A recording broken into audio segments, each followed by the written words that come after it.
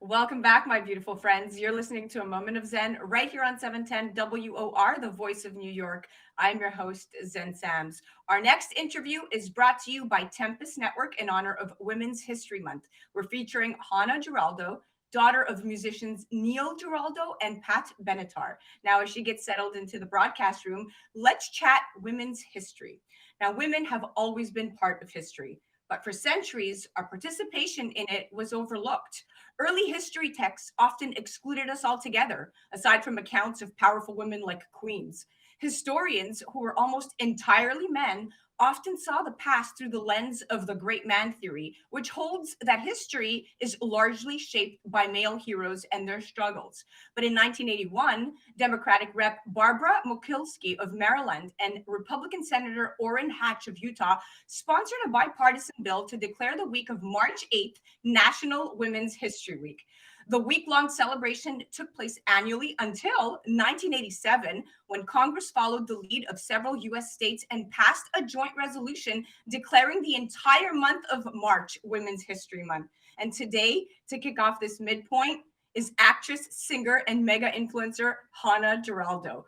With rock music legends as parents, Pat Benetar is one of the defining voices of the 1980s. With songs like Heartbreaker, Shadows of the Night, and We Belong, Pat's music was the soundtrack for an entire generation.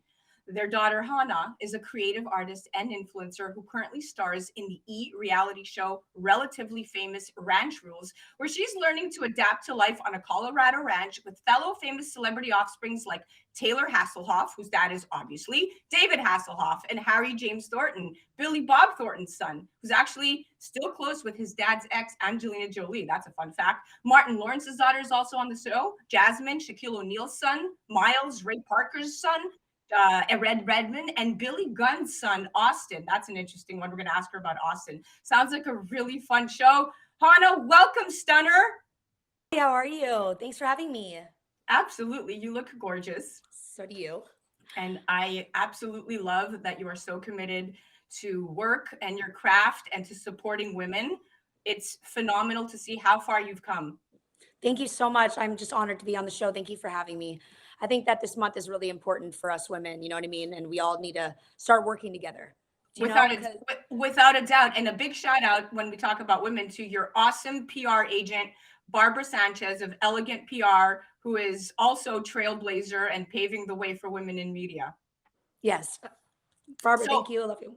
let's dive right into this. Congrats, number one, on being a woman and your unique womanhood and your strength and how much you've grown in the past few years. A big shout out to your mom, Pat Benetar, for being a trailblazer and paving the way for oh so many women and fellow moms and musicians. Hana, talk to me about what it was like for you and your older sister growing up on tour with rock legend parents and how this shaped you. I think that growing up with rock star parents as on tour, being a kid was definitely different. I wish I had like a better answer for you because I always get asked this question, and everybody's expecting me to be like, "Oh my God, it was luxurious and it was this," but it was so normal to me that I would just wake up every day and I would have my little crate of toys and they would bring it up to the thing, you know what I mean? And I think that I never really knew my mom was famous until I was about 3 years old because I would always like tell my babysitters, I'd be like, "Do you guys want to play hide and seek?" They'd be like, "Okay, but just don't run on the stage this time, Hannah." And I'd be like, "Okay, I promise. Like, I'm not going to do it." Every time I would run on to the stage just to watch the audience. Do you know what I mean? Because like I love being like this, like not the center of attention, but just like on stage. That was always the comfortable spot for me. And I would always try and sing with my mom. And it was like a really fun experience. I wouldn't take it back for anything. You're definitely blessed to have parents who always put you and your sister first, and that's really quite evident. I remember, I think it was in one of the publications that you were published in. I read that your mother really helped shape you, and you claim that the tough skin that you have is from being her daughter. Tell me about that. My mom is a huge role model in my life. She's actually the first woman to break through the rock and roll boys club, which is huge. I have like a big love for women who are empowered. So like Beyonce, people like Beyonce. She's not only an artist. She basically can handle the task of being a businesswoman, a mother, and being just an icon of her own. So like my mother, She taught me so many things. I mean, anytime I need help, she's always the person I call. She really had it really tough. I mean, she still gets asked to this day, what's it like being a female, rock and roll artist? And she's like, the same as being a male. Like, what even question is that? Like, you know what I mean? Like, my mom's like, wait, are you serious? Like, well, what's it like being a friggin' male dad? Exactly the same, Exactly. So Hannah, you were put to work really quickly. Your mom, you were actually designing your mom's merch when you were a kid, and your mother really was of the advocacy that nothing is going to be handed to you. You have to work for it. We're not just going to, silver spoon feed you here. So I think that taught you a lot of values. And of course, being Pat Benetar's daughter, you are going to grow up to be strong. Now, talk to me about ranch rules and what it's like to hang out with others of famous parents. You know what? I was expecting actually much worse. I was expecting kids to be much brattier, much more like, oh, where's my butler? Where's my this? I don't know. Just because my parents are so humble and they're so like, yeah, well, you ain't getting anything handed to you on a silver spoon. We didn't have any money. Like, do you expect us to help you like that? No, we got to where we were because we worked.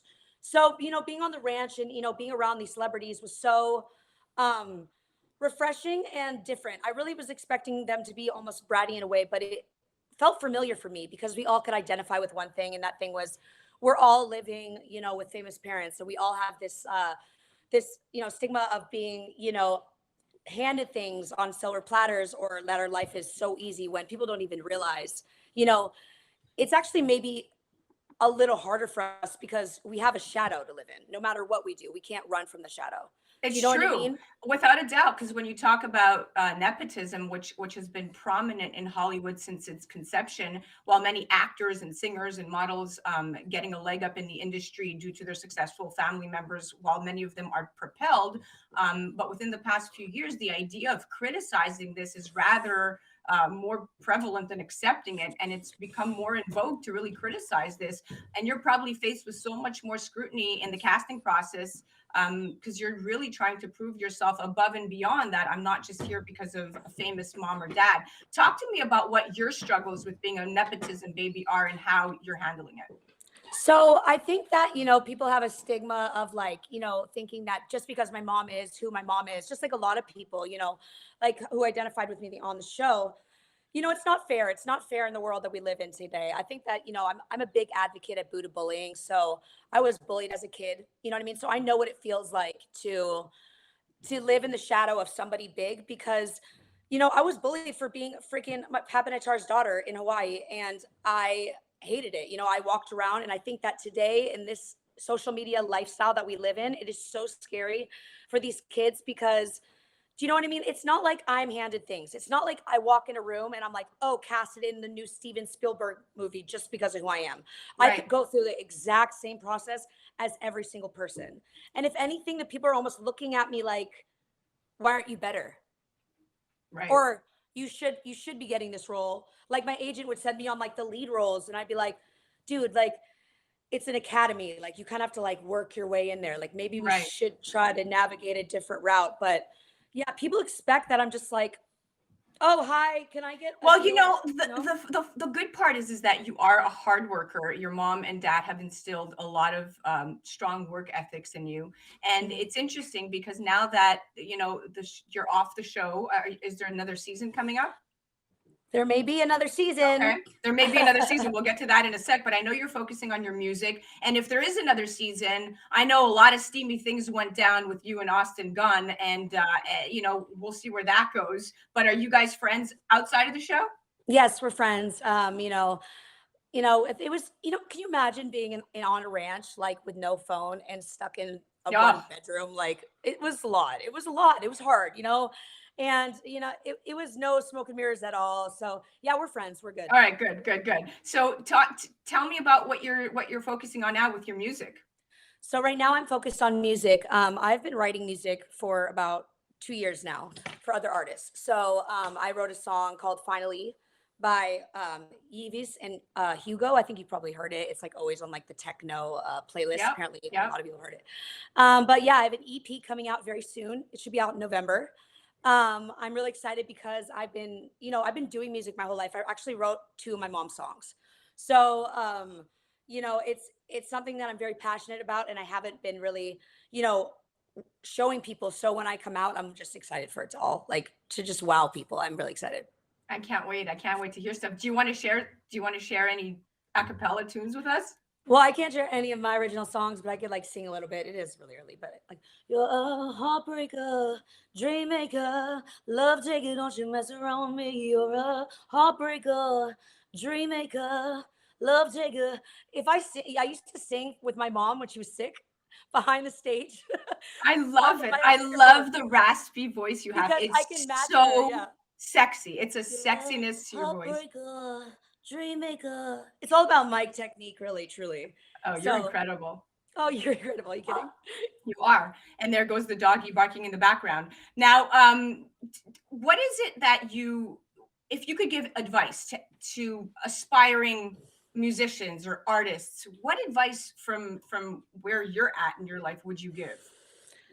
Um, just not to like take life so seriously. I feel like the world that we lived in is so perfectly imperfect, and so that's what I try and emulate all the time is, all these people are searching to be somebody else when in reality you can't change yourself. So if you want to do something, do it. Just go for it. Go all for it. Don't like hold back. The only person holding you back is yourself.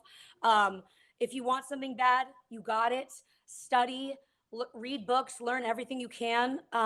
You know what I mean? I learn a lot from knowledge, like reading. I'm very humble, and I love watching documentaries. So I love if you it. have a dream, go for it. Don't let anybody tell you no. Love me or hate me, it's still an obsession.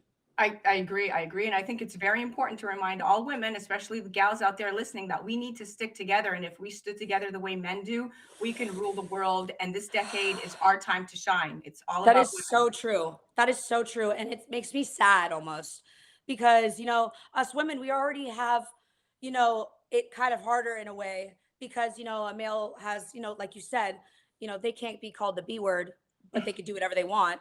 Whereas women, we need to back each other. Like, like support your fellow peers and your women, guys. Like, Sisterhood. I'm That's all right. about that. So I do it. All about sisterhood. Well, Hana, it was a pleasure having you on the show. What an incredible opportunity to get to chat with you. Can't wait to hear Thank you your for having me. can't wait to hear your music. Guys, you definitely have to check her out. Check her out on the gram at Hana Giraldo. That's with one N. And the show just ended, Relatively Famous Ranchos, but you can access all of the past episodes on demand, and it's Entertainment. Also, a big shout out to Barbara Sanchez from Elegant PR, incredible trailblazer. Now, as we end the show, just remember that the 2022 Women's History theme is providing healing. It's promoting hope. It's both a tribute to the ceaseless work of caregivers and frontline workers during this ongoing pandemic, and also a recognition of the thousands of ways that women on all cultures have provided both healing and hope throughout history. Women as healers harken back to ancient times. Healing is the personal experience of transcending suffering and transforming it to wholeness. The gift of hope spreads light to the lives of others and reflects a belief in the unlimited possibilities of this and future generations. And together, healing and hope are essential fuels for our dreams and our recovery. Just remember that. And next time there's a gal out there that needs your helping hand, you help a sister out. You're listening to A Moment of Zen right here on 710 WR, the voice of New York. We'll be right back after this. Thank you so much, Hana. Amen.